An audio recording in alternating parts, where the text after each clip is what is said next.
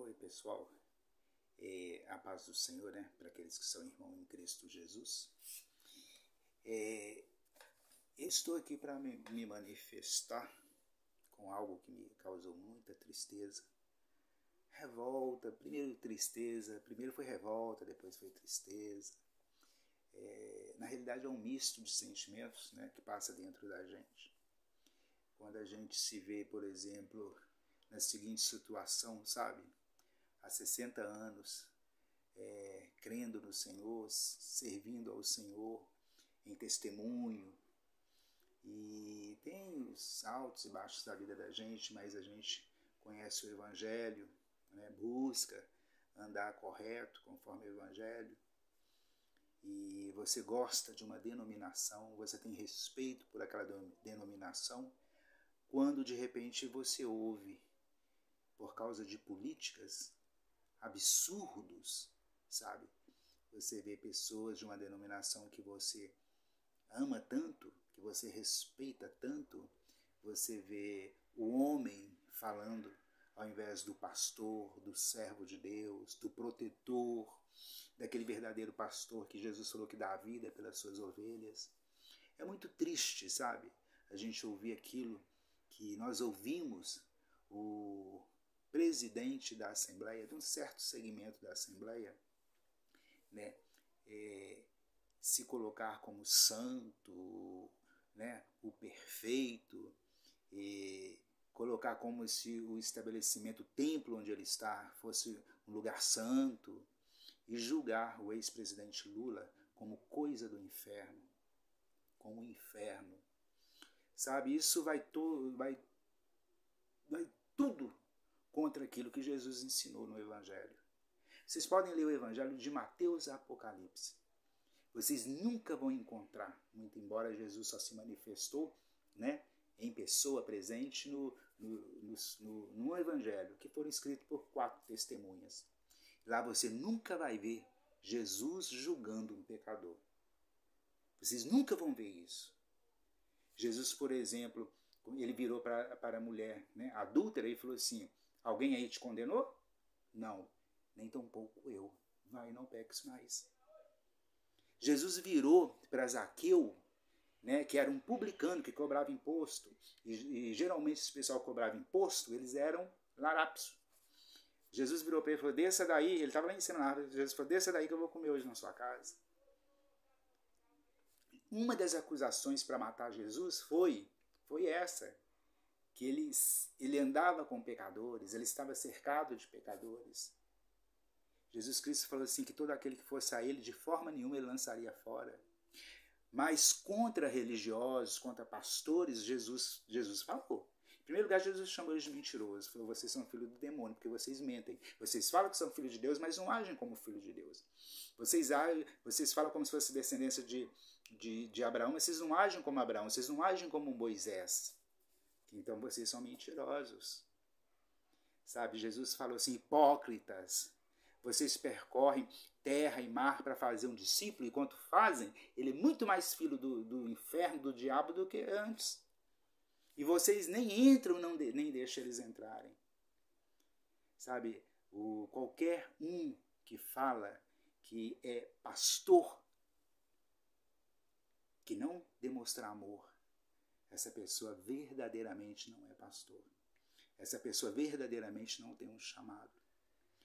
A igreja brasileira já havia se desviado há muito tempo, desde que a teologia da prosperidade, essa maldição, isso sim, veio do inferno, sabe, para contaminar as igrejas no mundo todo. E nós sabemos que veio lá dos Estados Unidos e contaminou a igreja brasileira, de forma que eles pegaram o mundo, jogaram para dentro dos costumes religiosos e vamos aceitar tudo, porque Paulo uma vez falou que procedia como grego para ganhar os gregos e como judeu para ganhar os judeus. Aí eles interpretam isso como pecado, aí pega tudo quanto é pecado, joga lá dentro, admite tudo e tá tudo bem e tal. Aí quando vem a doutrina da prosperidade, opa! Por que nós vamos dizer, né, nós vamos colocar barreiras para as pessoas? Por que nós vamos usar o radicalismo do evangelho para assustar essas pessoas, elas correrem? Não, elas vão ficar aqui até porque nós vamos ter lucro. Infelizmente, sabe? Sempre que Deus fala de traição, sempre que Deus demonstra, né, tristeza, sempre ele faz isso com aqueles que deveriam, né, pessoas dele, servos dele, filhos dele. Sabe? Porque aqueles que já não andam segundo o mandamento dele, o coração dele, esses já tem um final, isso a gente sabe. Mas sempre vão haver Judas Iscariotes, sempre vão haver Judas Iscariotes, sabe, traindo Jesus, traindo o evangelho de Jesus, querendo ser mais do que Deus. É isso que entristece a gente, sabe? Jesus de forma nenhuma joga um pecador fora. Jesus vai lutar por esse pecador. Sabe, um homem não tem o direito de apontar o dedo e julgar minha fé e nem julgar minha opção política. Sabe, um homem, ele não tem condição de te julgar pela sua opção sexual. Ele não pode te condenar por isso. Ele não pode te condenar se você é uma prostituta, se você tem um casamento gay, se você, entendeu? Nós fomos chamados para isso, para julgarmos. Nós somos chamados para fazermos discípulos, pregar o evangelho. O mandamento do Senhor é ir de pregar o evangelho, o resto é com o Espírito Santo. Mas eles, além de não ir, eles fizeram um templo, se põe ali dentro como Deus e fica atando fardos pesados para você carregar. Enquanto eles, nem com o dedinho eles movem esses fardos. Isso quem falou foi o Fred? Não, isso quem falou foi Jesus. Se você ler qualquer evangelho, do início ao fim, Jesus fala dentro, né, do ministério de Jesus, que muito embora ele foi crucificado com 33 anos, mas o ministério mais ou menos foram 3 anos. Ele começa chamando a atenção dos pastores, porque os fariseus representam os pastores de hoje. É a mesma, está no mesmo patamar. Jesus começa repreendendo e termina repreendendo. Aliás, o motivo de Jesus ser crucificado foi justamente porque esses religiosos, Jesus estava sempre batendo de frente com eles. E hoje nós temos aí. Eles estão aí até hoje. Mesmo tendo uma palavra de condenação sobre eles. E Jesus falou, no final, muitos de vocês vão chegar para mim e falar, no teu nome eu fiz isso, no teu nome eu fiz aquilo. E Jesus vai falar assim, ó, apartai-vos de mim, porque eu não vos conheço. Sabe por quê? Porque não tem amor no coração desses homens. Eles já desviaram há muito tempo de Deus. O Deus dele não é Jesus. O Deus deles não é Jesus Cristo. O Deus deles se chama Mamon, Deus da riqueza. Porque eles fazem tudo pelo poder. Eles fazem tudo pelo dinheiro. Eles fazem tudo pelo seu dízimo, pela sua oferta. E vão inventando coisas que nem na Bíblia, né? Nem na Bíblia apoia mais a igreja a fazer certas coisas. E eles continuam trazendo coisas da velha aliança somente para subjugar o homem, mantendo o homem com medo, né? Usando estratégias de outras religiões, da quais antigamente eles criticavam muito. E eles agora estão piores, fazendo coisas piores. Por isso que Jesus falou assim, aquele que está de pé, cuide para que não caia. Porque é triste você ver pessoas que tinham tudo para continuar uma bênção, morrer uma bênção na presença do Senhor, se venderem para o poder e para o dinheiro. Eu tenho vergonha da Assembleia de Deus. Hoje eu tenho vergonha de falar que eu sou evangélico. Só não faço isso, sabe? Por amor a Cristo Jesus, porque a gente insiste. Não é diante, sabe, da decadência daqueles que não deveriam estar em decadência, que a gente vai desistir, não. Continuo, sim, em nome de Jesus Cristo.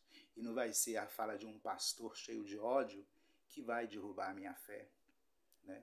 Eu sei que na Assembleia de Deus tem muitos irmãos, muita gente boa, muita gente de fé, e que não apoia a atitude desse homem.